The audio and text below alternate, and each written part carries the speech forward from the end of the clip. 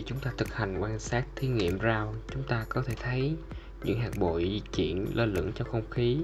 Hiện tượng này là do các phân tử không khí chuyển động hỗn loạn không ngừng, tác động lên hạt bụi từ nhiều hướng khác nhau, khiến cho hạt bụi di chuyển một cách chập chờn ngẫu nhiên và không rơi xuống đất ngay lập tức.